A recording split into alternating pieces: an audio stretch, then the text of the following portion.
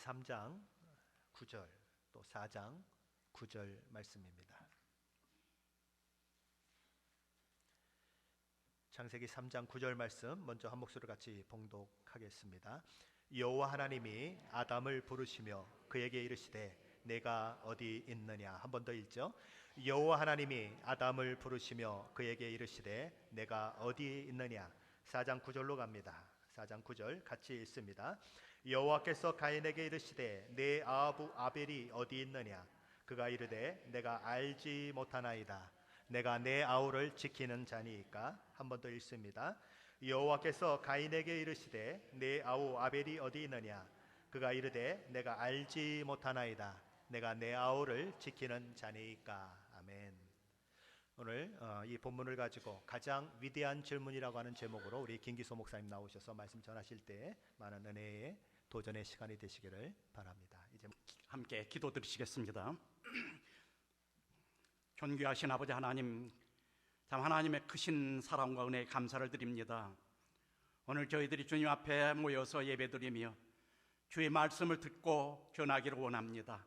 말씀을 대할 때마다 우리 성령님께서 함께해 주셔서 우리 마음이 열리고 성령님의 감화 감동 충만함으로 은혜가 넘치는 이 말씀이 되게 받고 주고 서로 나누는 귀한 말씀이 되게 하여 주옵소서. 예수님의 존귀하신 이름으로 기도하옵나이다.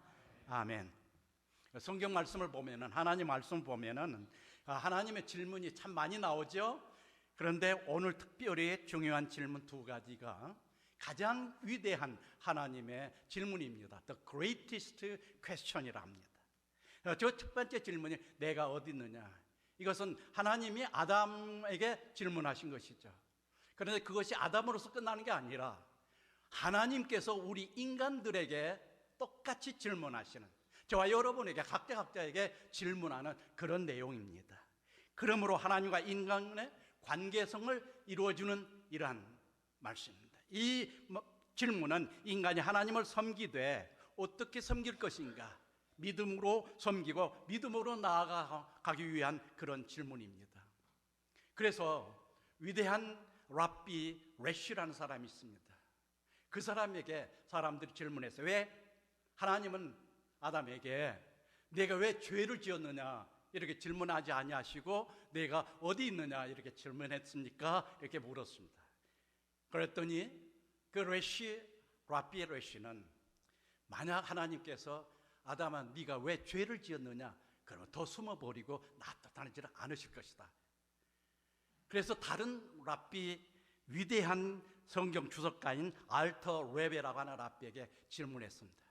그분의 대답은 하나님의 말씀 토라는 영원합니다. 그러므로 하나님께서 아담에게 질문한 것은 아담으로 끝나지 않고 과거와 현재와 미래 영원히 우리 인간들에게 주시는 하나님의 질문입니다. 이렇게 대답을 했습니다.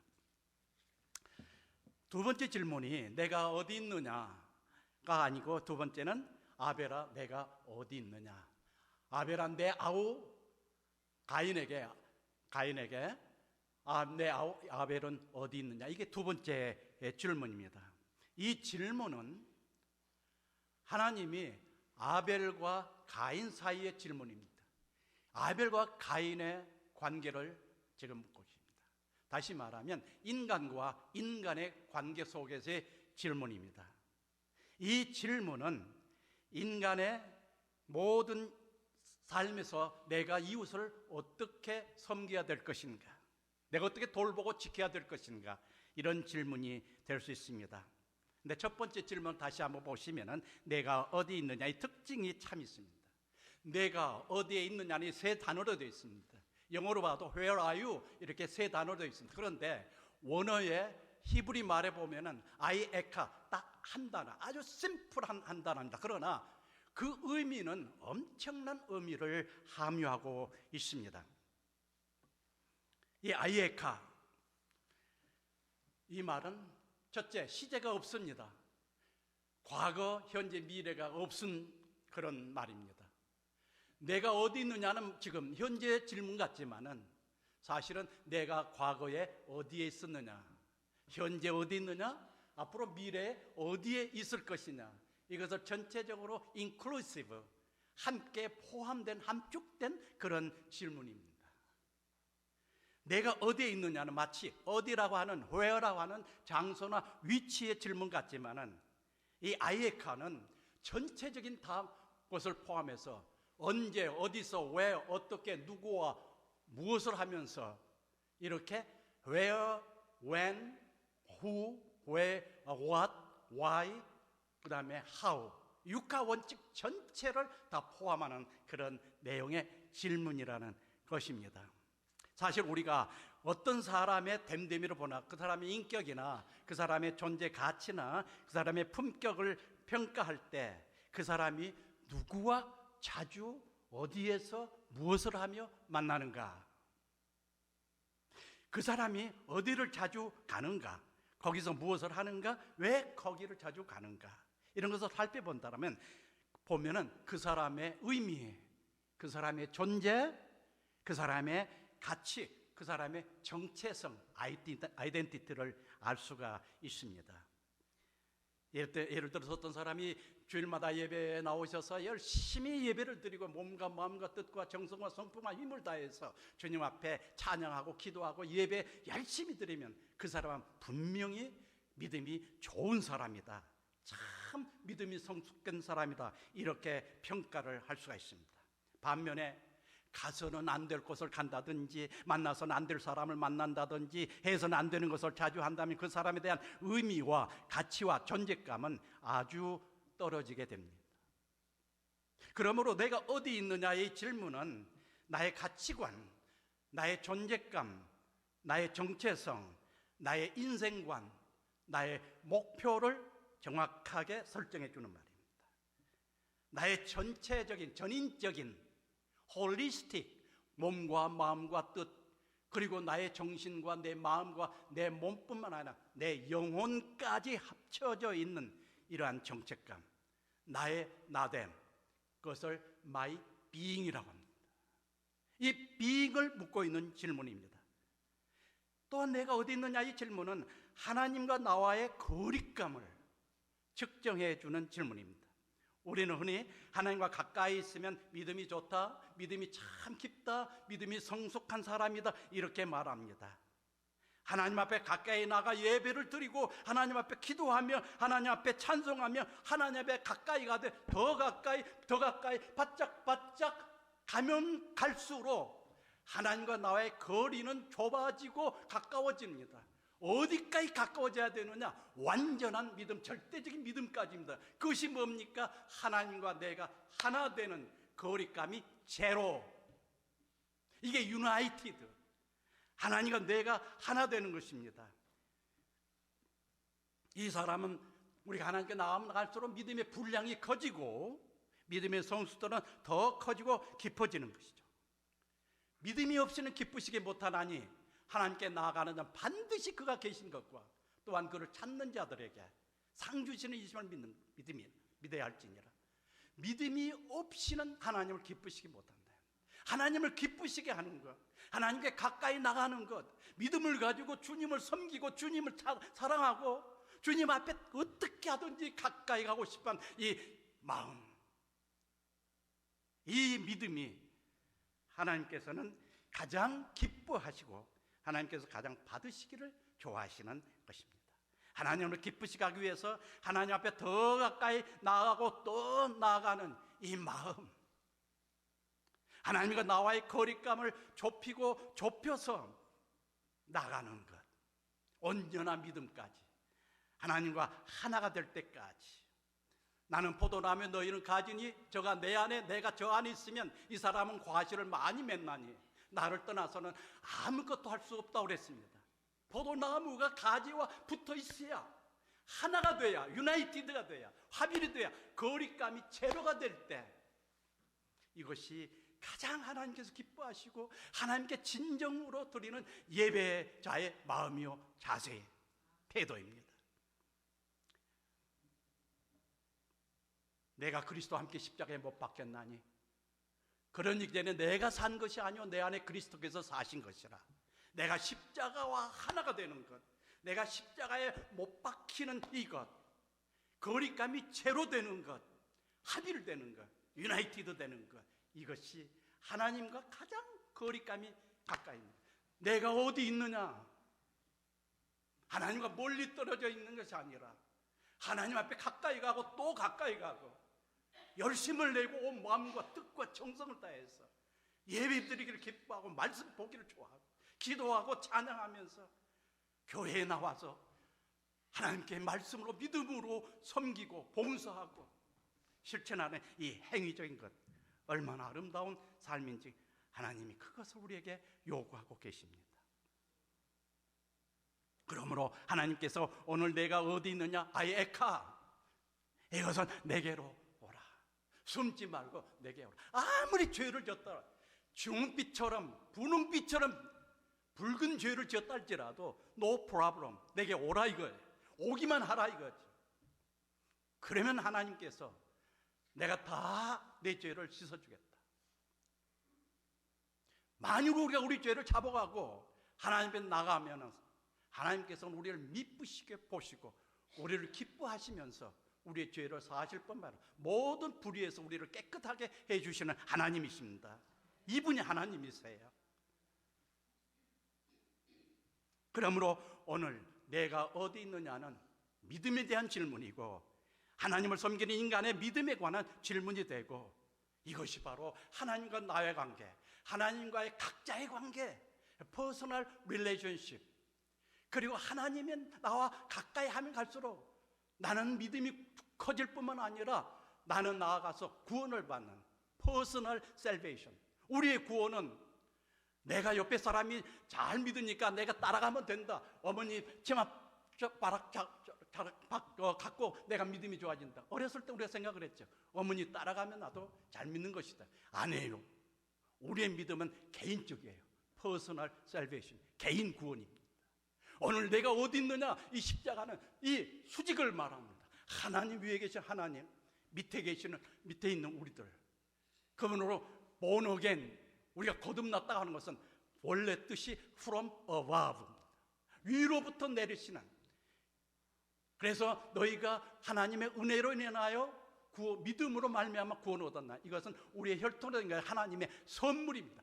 하나님 앞에 나가는 자, 하나님을 기뻐하는 자, 하나님을 참 뵙기를 좋아하는, 예배하기를 좋아하는 자, 이것이 내가 어디 있느냐.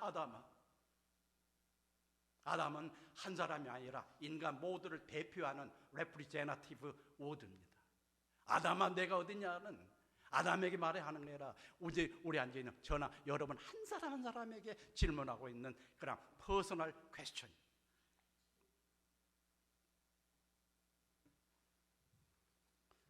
두 번째 질문, 내 아우 아벨이 어디 있느냐. 이것은 가인이 아벨을 죽인 다음에 지금 분이 나 있고 시기 질투가 있어가지고 아직도 부글부글 끓고 있는 이 상태에 하나님이 가인에게 찾아왔습니다. 그리고 질문하십니다. 네 아우 아벨 어디 갔느냐. 에덴 동산에서 살았던 아담과 하와가 하나님이 만들어 놓으신 과일이나 열매를 따먹으면서 그저 수동적으로 아무 일도 안 하도 됩니다. 그냥 따먹기만 하는 이 수동적인 삶을 살아왔던 사람들입니다. 자신들이 일을 해서 얻은 소득이 아니라 그냥 열려있는 과일이나 열매를 수동적으로 채취하며 사는 것이 에덴 동산의 삶이었습니다. 그런데 에덴 동산에서 쫓겨난 다음부터는 채취의 삶이 아니라 이제는 능동적으로 내가 열심히 일해야 하고 땀을 흘려야 되는 그런 삶으로 바뀌어져 버립니다. 하와는 아이를 낳는데 해산의 고통을 맛보아야 되는 이러한 고통의 삶을 살아가는 인생이 되어버렸습니다.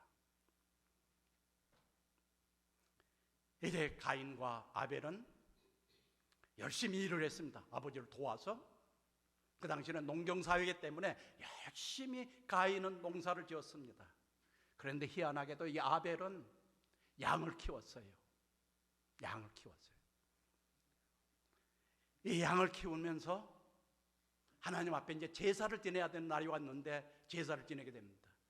가인도 열심히 땀 흘려 일한 농사의 곡식을 가지고 하나님 앞에 다 올려드렸습니다.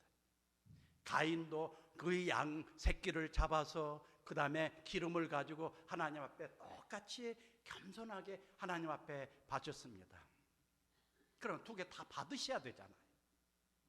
그런데 하나님은 가인 것을 받지를 않고 아벨 것만 받았습니다. 그러니까 우리가 상당히 잘못 오해를 할 수 있어요.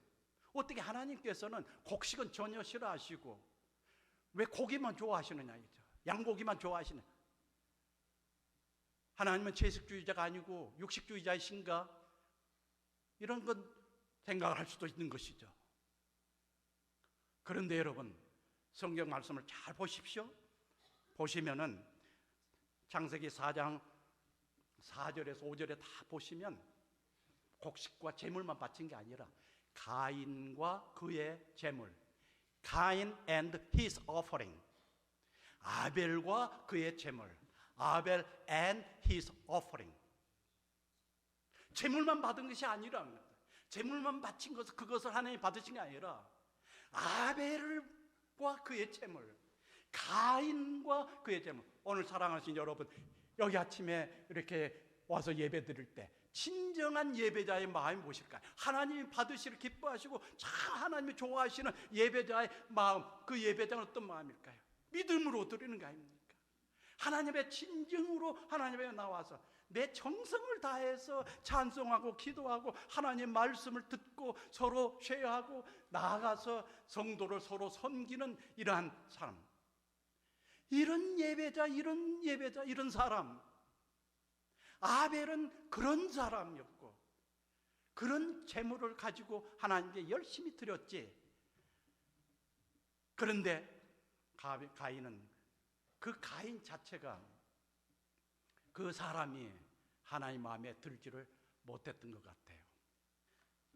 신기하고 특이한 점 또 한 가지는 아벨이라고 하는 이름하고 가인이라고 이름입니다. 첫 아들 가인을 딱 낳은 다음에 아담과 하와가 이름을 뭘로 지을까 생각하다가 가인을 가인이라, 아벨을 아벨이랬는데 헤벨이라고 했습니다. 헤벨, 히브리 말로는.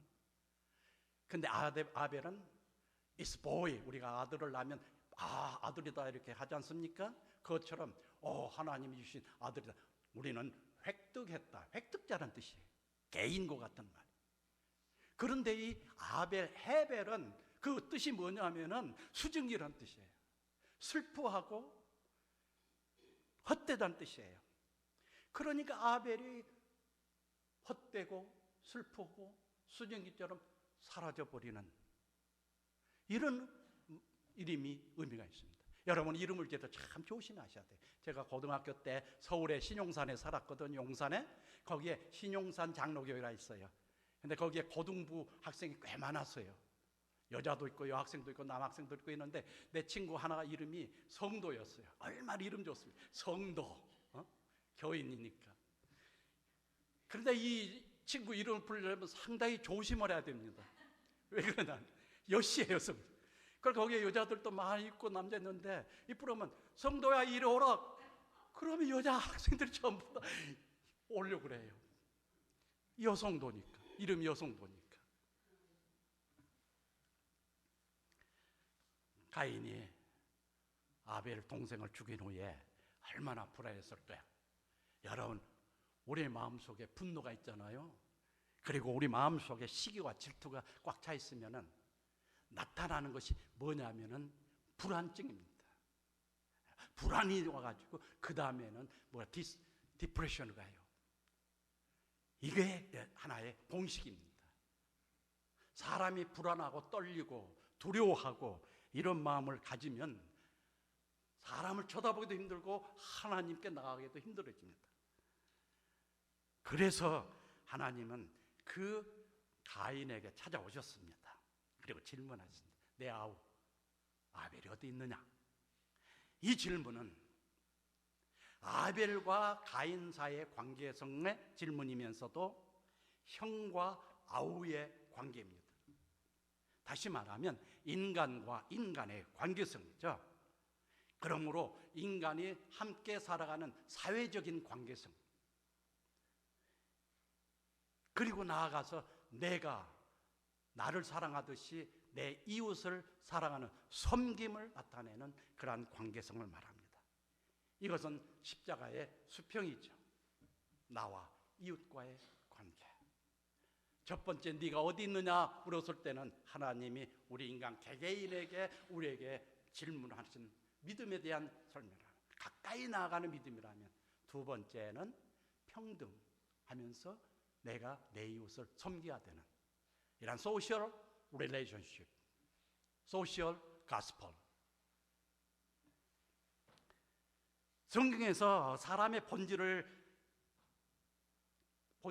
나타낼 때에 여러 가지로 나타납니다. 첫째, 히브리 말에서는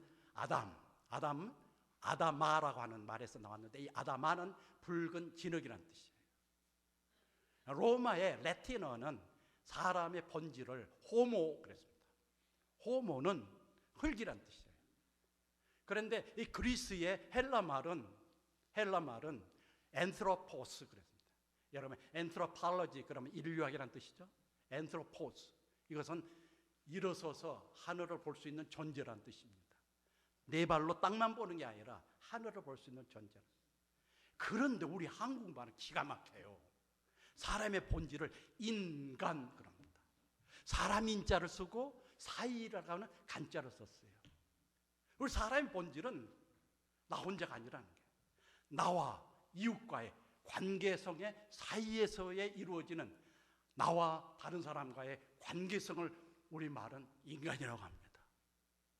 물론 내 개인이 중요하죠.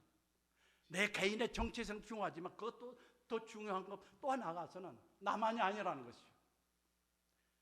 여러분, 미국 사람도 대화해 볼 때, 내 아내, 내 남편 앓을 때 my husband, my wife 하지. 우리는 한국에서 썼잖아요. 우리 아내입니다, 우리 남편입니다 그랬잖아요. 서양은, 미국은 인디비주얼리즘의 개인주의예요. 그러나 한국은 그룹이즘이에요. 함께 공동체. 그러니까 우리는 공동체로서 지체들이 모여서 예배드리는 게 참 좋아합니다. 너무 좋은 거예요. 그러므로 서양은 인간의 본질이 뭐냐 하면은 재료예요. 재료. 흙이라든지 존재, 이것 being이라 합니다. being, 나의 존재. 그런데 한국 말을 보면 인간의 본질은 관계성의 소셜 릴레이션십이에요. 그러면 이것은 이 소셜 릴레이션을 서로 섬기려 하면은 이것은 being뿐만 아니라 doing을 해야 돼. doing. 서양은 사람들을 개개인의 개체로 보는 인디비주얼 being으로 본다고 하셨죠. 이걸 중요시한다고 그랬죠. 한국은 사람을 개인의 존재를 뛰어넘어서 다른 사람과의 사회적인 관계성을 중요시한다고 말씀드렸습니다. 서양은 개인의 존재성을 나는 누구인가? 하나님은 누구신가? 하나님은 무엇을 하시는 분인가? 이런 존재감, 아이덴티티, 나의 정체성, 이것을 굉장히 중요시하고 그것을 찾아가려고 하는 것이 knowing God, 하나님을 아는 지식이라. 이 knowing, 알매 초점을 많이 뒀습니다. 그러니까 많은 지식인들, 많은 철학자들이 서양에서 많이 나왔어요. 그런가 하면 우리 한국에서는 그것보다는 나와 이웃과의 관계, 소셜 릴레이션십, 소셜 서로 서비스하는 것, 이것이 더 중요한 문제이기 때문에 하나님은 우리 인간 한국은 이러한 말 속에서 소셜 릴레이션십을 더 강조하고 더 좋아했다는 겁니다. 이것은 바로 알면서 삶으로 옮겨지는 겁니다. being 존재에서 doing으로 하는 서비스로 옮겨지는 것입니다. 여러분, 오늘 예배 드리는 이 예배는 worship이라고 합니다. worship 서비스라. worship이란 말은 worth라고 하는 형용사에다가 ship, ship에서 worthship이에요. 근데 worthship을 그렇게 말하기 힘드니까 그것을 worship, th를 빼버리고 worship이라. 무슨 말이에요? 하나님은 우리의 예배를 받으시기에 합당하신, 가치가 있는 존귀하시면 창조주 올마이티 갓, 오삼 갓이라. 이 하나님은 우리의 예배를 받으시기에 합당하신 분입니다.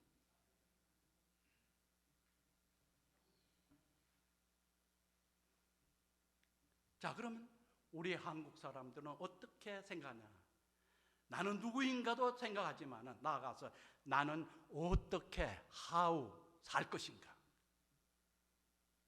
실천적 행위에 대한 삶을 중요시했다는 것이죠.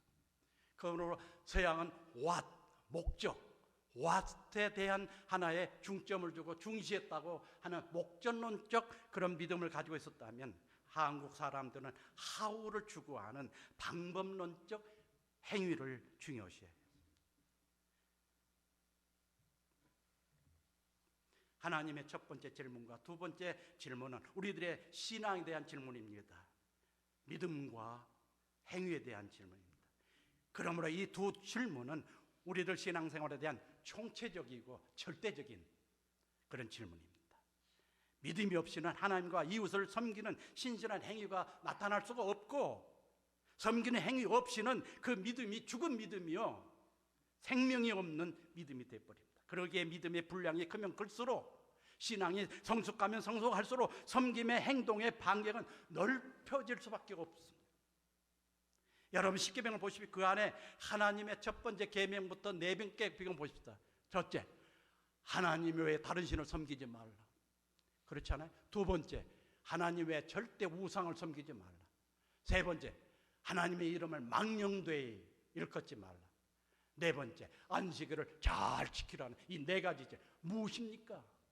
우리 인간이 하나님을 어떻게 섬겨야 되고 하나님의 앞에 우리가 어떤 자세로 나가야 될까를 확실하게 말해주는 것이 바로 십자가의 위에서부터 아래로 수직적인 관계를 말해주고 있는 것이라면, 십계명 5부터 10계명까지 5계명입니까? 내 부모를 공경하라, 살인하지 말라, 간음하지 말라, 도둑질하지 말라, 내 이웃을 거짓 증거하지 말라, 나아가서 내 이웃에게 해가 되지 않도록 탐내지 말라. 이 6가지 질문 전부 다 이웃에 관한, 나와 이웃 간의 사회적인 관계, 내가 어떻게 이웃을 섬겨야 되고 내가 어떻게 살아가야 되는가, 이 행위에 대한 십자가의 수평.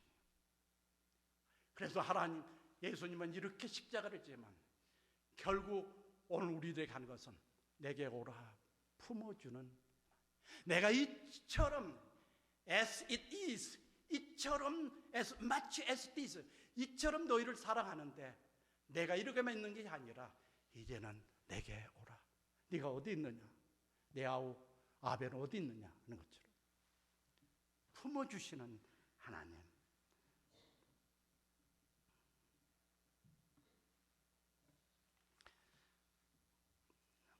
예수님께서도 똑같은 대답을 하셨습니다. 바리새인들이 예수님을 책망을 잡고 테스트하기 위해서 찾아와서 예수님께 질문합니다. 이 세상에서 제일 십계명 중 제일 큰 계명이 무엇입니까? 하나만 잘못되게 하면 책을 잡아가지고 이제 죽이려고. 예수님은 얼마나 위대하신 분이고 현명하신 분입니까? 가장 첫째 되는 위대한 첫 번째 계명은 내 마음을 다하고 내 뜻을 다하고 내 힘을 다하고 내 정성을 다하여 내 모든 것을 다하여 내 하나님 주 하나님을 사랑하라. 이것이 첫째 계명이다. 10계명의 1에서 4까지를 하나로 딱 만드셨어요. 나아가서 뭐라 했습니까?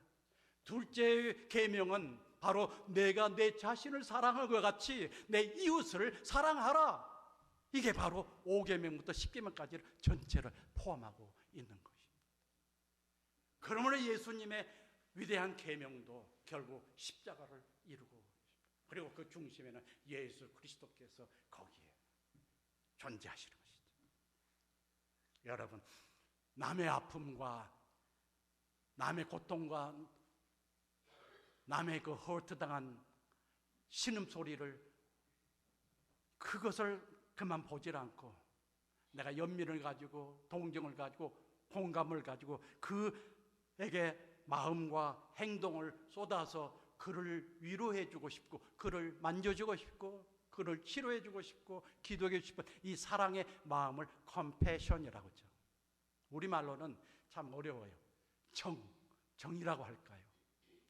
그런데 이 컴패션의 원래 히브리 말은 라햄입니다. 라햄이라는 것은 어머니의 자궁이라는 뜻이에요. 어린아이가 태어나서 어머니의 자궁 속에서 9달인지 10달인지 있지 않습니까? 있을 때 온갖 것을 어머니로부터 공급받습니다. 아이는 가만히 있고 놀만 다녀도 이 어머니는 다 주세요. 어머니의 그 지극정성하신 희생적인 사랑, 그 따뜻함으로 보살펴 주시고 그 너그러운 마음, 그 부드러운 마음으로 그 아이를 키워주시는 그 섬김,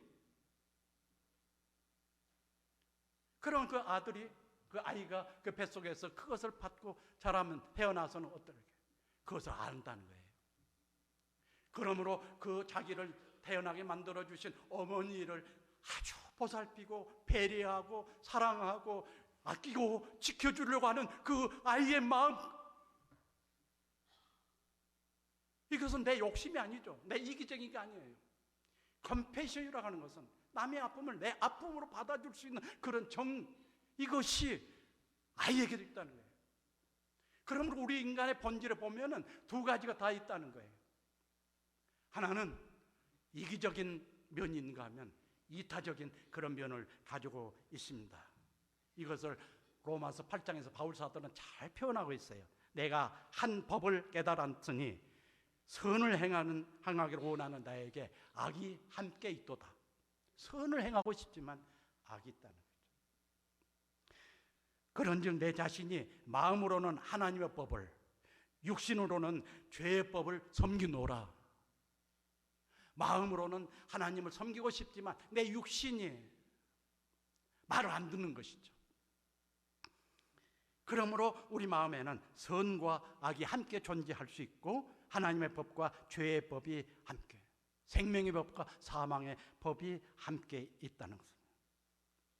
가인은 하나님이 인간에게 허락하신 유일한 그 자유의지, 프리 윌, 하나님이 인간에게 허락한 가장 위대한 것은 자유의지를 주셨어요. 그거 가지고 우리는 선택할 수 있는 선택권, 그건 하나님도 막지 못합니다. 왜? 우리에게 주셨기 때문에. 그런데 이 가인은 컴패션보다 자기의 이기적인 본능을 선택하고야 말았습니다. 시기와 분노가 가득 차면 컴패션, 어머니의 자궁이 그 사랑, 그것을 잃어버리게 됩니다. 무서운 것입니다. 그래 하나님이 내 아벨이 어디 있느냐 물으셨을 때 그는 퉁명스럽게 대답합니다. 저는 모릅니다. 제가 아우를 지키는 자입니까? 하나님께 대들었습니다. 분노와 시기, 질투, 마음이 불안하면 무슨 말인지 못하겠습니까? 내가 내 아우를 지키는 자입니까? 이 질문에 대답을 한 사람이 있습니다. 예, 저는 내 형제를 지키는 자입니다.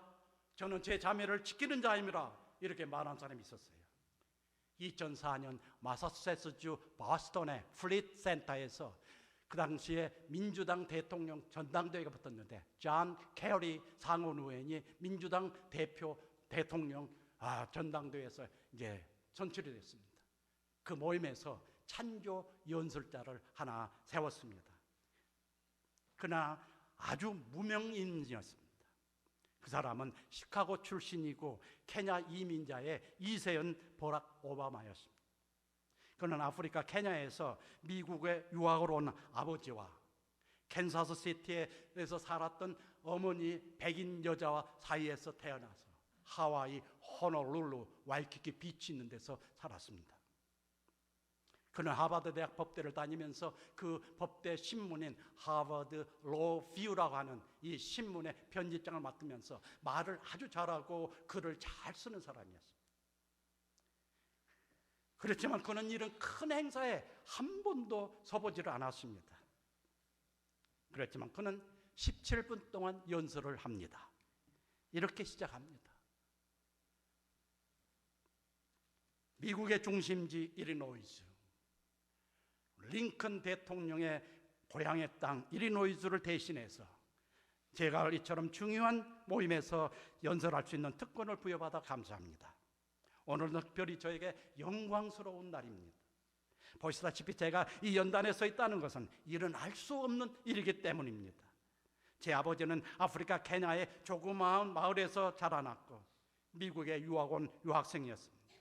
그는 염소를 치면서 성장을 했고 양철 지붕으로 덮여 있는 학교에서 학교로 공부를 했습니다. 그의 아버지, 즉 저의 할아버지는 노예였습니다.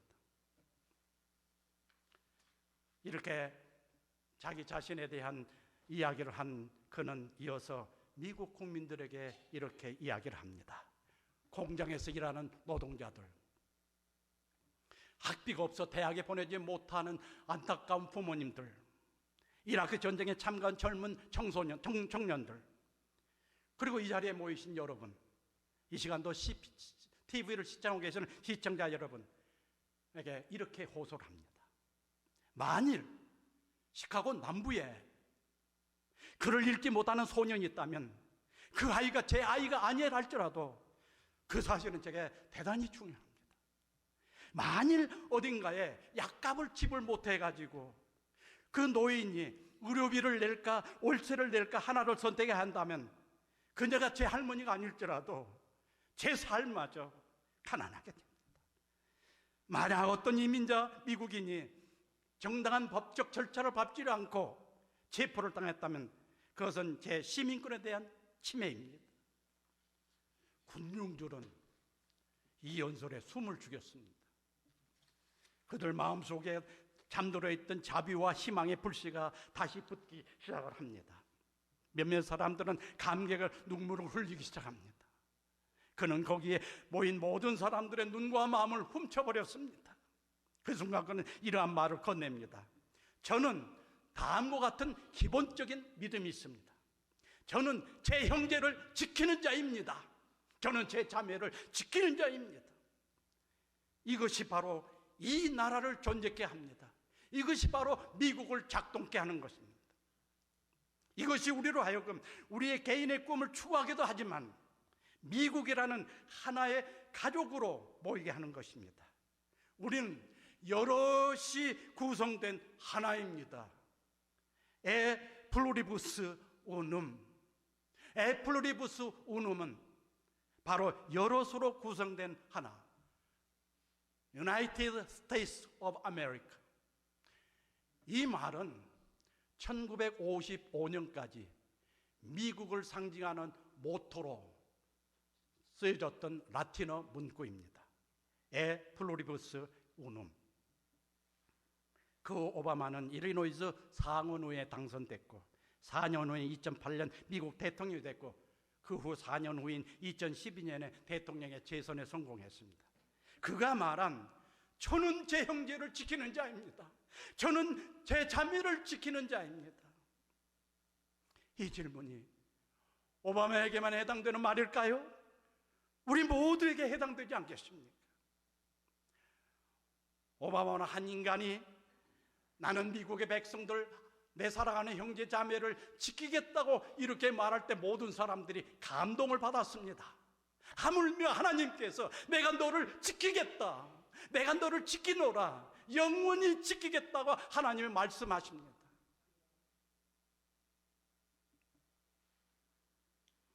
오늘 하나님께서는 우리에게 가인에게 질문하신 것처럼 내 이웃에 혹시 믿지 않는 형제가 있느냐, 자매가 있느냐, 내 가족이 있느냐, 아니면 내 교회 성도들이 있느냐, 이런 질문을 하나님은 우리에게 하고 계십니다. 자, 여러분 뭐라고 대답을 하시겠습니까?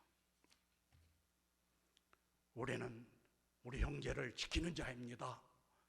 우리는 우리 자매를 지켜야 합니다. 내 가족을 지켜야 합니다. 우리 교회를, 우리 모든 성도를 우리가 지키는 것입니다. 내 형제가 불행을 당하여 고통 가운데 있다면 우리는 반드시 지켜야 되지 않겠습니까? 내 가족이 우울하고 힘을 내지 못하고 있다면 내가 지켜내지 않겠습니까? 내 이웃이 고통 속에 신음하고 있다면 그 사람이 내 가족이 아닐지라도 그 고통이 나의 고통이 될 수가 있습니다. 우리 교회에 어떤 형제 자매가 건강을 잃고 고통 가운데 괴로움을 당하고 있다면 그 고통은 우리의 기도와 우리의 위로가 필요하고 있는 것입니다. 우리 이웃이 희망을 잃고 방황 가운데 있다면 어찌 가만히 보고만 있을까요? 저는 형제를 지키는 자입니다. 저는 자매를 지키는 자입니다. 저는 형제를 지켜내고야 말겠습니다. 이 외침은 저뿐 아닙니까? 이 자리에 앉아 계신 우리 교회 모든 지체들의 외침이 되어야 할 것입니다. 나는 지키는 자다. 영원히 너를 죽게 지켜주겠다고 외치는 분이 계십니다. 나의 형제, 내 자매를 지키는 자다라고 담대하게 부르짖으신 분이 계십니다. 그분이 누구십니까? 예수 그리스도십니다. 그분은 우리의 구주요, 우리의 주님이십니다. His Savior and Lord. 예수님은 사랑과 헌신으로, 예수님은 죽음까지 제자들의 발을 씻겨주시면서 종의 도로, 종의 모습으로 섬기셨습니다. 자존심과 최면을 모두 다 포기해버리고 자기 유익을 포기하고 희생하면서 낮은 모습으로 우리에게 찾아오셨습니다. 모욕과 무례함에 맞대응하지 않았습니다. 인내하고 용서하고 형제자매의 상처와 아픔을 오히려 품어주면서 이리 오라, 내게로 오라 지키십니다. 십자가는 수모가 아닙니다. 영광입니다. 예수님이 우리를 위해서 그렇게 하셨던 것처럼 우리는 어떻게 해야 할까요? 끝까지 참아주고 용서해주면서 섬기고 돌보는 것이 우리 형제자매를 지키는 것 아니겠습니까? 내 가족이 무엇을 원하는지, 내 배우자가 무엇을 바라는지, 내 자식이 무엇 때문에 힘들어하는지, 내 부모가 어디가 아프신지, 내 눈과 내 마음을 그들에게 향하여 그들을 바라볼 수 있는 것이 우리를 지키는 것입니다. 내가 속한 우리 교회를 우리가 지키고 우리가 함께 모든 지체들이 모여서 지켜나가야 합니다. 특별히 믿음이 약한 우리 성도님들, 어려움에 시달리고 있는 우리 성도들, 우리 주위에 없습니까? 우리가 지켜야 합니다. 우리가 그들을 지켜내야 됩니다.